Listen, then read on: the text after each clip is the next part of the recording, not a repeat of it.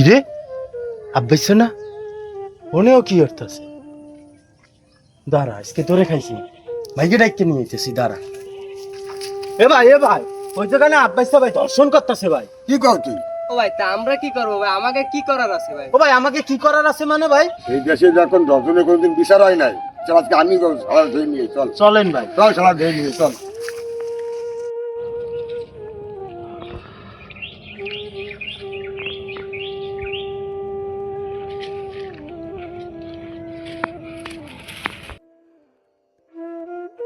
ধর এই চলে আমারে ধর, চল চল চল, আজকে তোর খবর আছে ভাই। ভাই ওর কিভাবে বিচারটা করা যায় ভাই?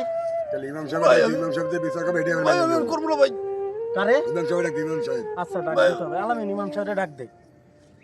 যা। ও ইমাম সাহেব, আসসালামু আলাইকুম। ওয়ালাইকুম আসসালাম রাহমাতুল্লাহি। আমাদের এলাকায় একটা দর্শন হয়েছে ইমাম সাহেব, মানে এর বিচার কি হওয়া উচিত আপনি বলেন। ইসলাম শরিয়াতে আছে যে ধর্ষণকারী তাকে মাজাপন্ত পুঁইতে তার গায়ে পাথর নিক্ষেপ করতে হবে, তাহলে তার বিচার সম্পূর্ণ হবে আল্লাহর কাছে। তাহলে আপনারা এটাই করেন।